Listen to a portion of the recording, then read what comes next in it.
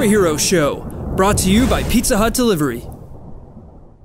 Hey everyone, Daniel and Gav here with the Superhero Show. Now you probably have noticed we're not in the studio if you're observant. Where are we? Yeah, we are out in Los Angeles at E3, seeing some games and that. Yeah, but there was news this week and we didn't want to go Superhero Show-less. Yeah. So we're going to talk about the Gambit stuff. That's right, yeah. So it's just been confirmed this week that Rupert Wyatt, director of Rise of the Planet of the Apes. It is Rise, it's the first one of the new ones. Which doesn't make any sense, those names are rolling around, but that's for a different show, not Superhero Show either. Yeah. But yeah, he's been confirmed as the director, which it hasn't had a director for a while. It's had a screenwriter, it's had stars, had Channing Tatum on board, but it's taken a while to get a director on board. Stuff kind of always, maybe it's too much to say concerns, but it's weird that you have so many key elements decided before a director comes aboard.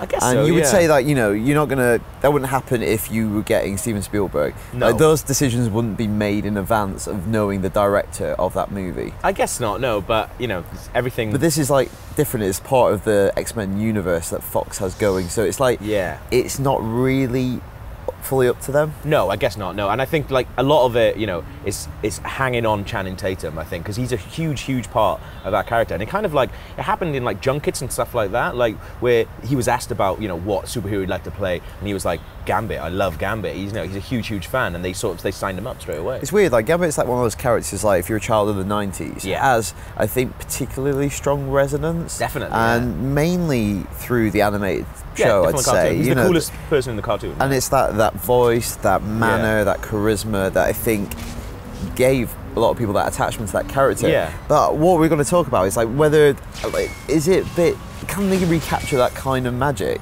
Yeah. And do it on the big screen and make this character whose powers are cool, but they're not like charging up cards and stuff. Yeah. But I mean, he can charge up anything, honey, with his energy. But I think, like, we were just talking about it now, and I think it is a bit of a gamble, I think, because it's one of these things where he's a very, very much loved character from the people who were really in love with the animated series. Like, to be honest, like, I'm a massive X-Men fan, but like, I can't think of a really good moment from the comics that I think, oh yeah, Gambit was amazing in this sort of thing. I read some Gambit, but not that much. But whereas like Deadpool, he's got so much more going for him. Like, he's obviously, they're very similar in that sort of sense of like a fan favorite sort of thing.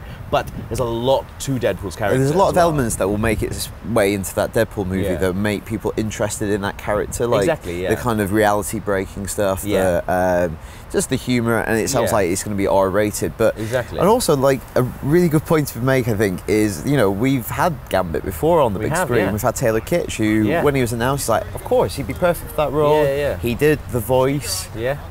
But he didn't really catch on. Obviously, there was a lot of stuff in that movie that fell flat. And also Deadpool was in that movie and kind of fell flat as well. So they're trying to salvage these characters, but I think I don't really know what they're doing with it yet. And like the director doesn't tell me anything, rather than he's a competent director, can work with special effects, can be trusted to deliver a movie. Can be trusted. But it's like true though, but like that you're gonna, that's the thing, you want a safe pair of hands because all these properties are really precious to Fox. Definitely, And you don't want to balls it up again, like with one of those key characters, because they have access to all the X-Men, but he's definitely one of those bigger ones. Yeah, I mean, the thing for me that's a big sort of like trigger warning is the screenwriter hasn't like done a load, but one of the films that is like top of his IMDb is RoboCop, like the RoboCop remake, which like if you've seen that film, it's a terribly written film, I think. Like the story is terrible, like the characters are not very good, and I think you need something a little bit more. But then, I mean, obviously, they're not going to bring someone on board they can't, as you say, can't be trusted. But one thing I definitely think it's got going in its favour is Channing Tatum. Definitely, Channing Tatum is, even though he looks, you think he'd only play a certain role, we've seen in recent years, he's like really diversified his career. Definitely, he's a great actor.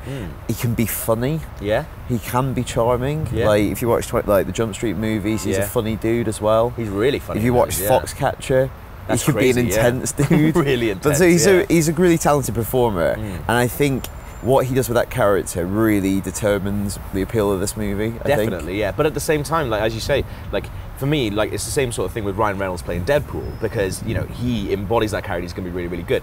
But as you said, like, there's got the humor going in Deadpool. Like, what has Gambit got when he's by himself? Yeah, I wonder what they're going to do, like, tonally with that movie. Like, is it going to be... Because we use these terms a lot, but with these superhero movies now, they're kind of hybrids of other genres. Yeah. So Ant-Man's a bit of a heist movie. Winter Soldier was a bit of a political thriller, light. What's that other aspect? What's Gambit's going to be? So Ocean's 11. Yeah, that'd be really good. But something like that. It maybe needs that kind of focus, which I think a lot of...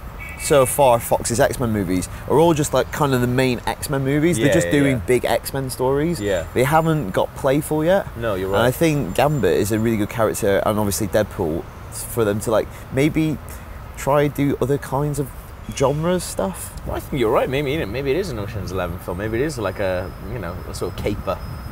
Probably not. Okay, so we're kind of like a little bit mixed on Gambit, but we really want to know what you think of the new project. Is Channing Tatum the right person? What do you think of the director? Email us at superheroShow@ign.com. And until next week, for everything Marvel, X-Men, DC, and all the rest, stay right here.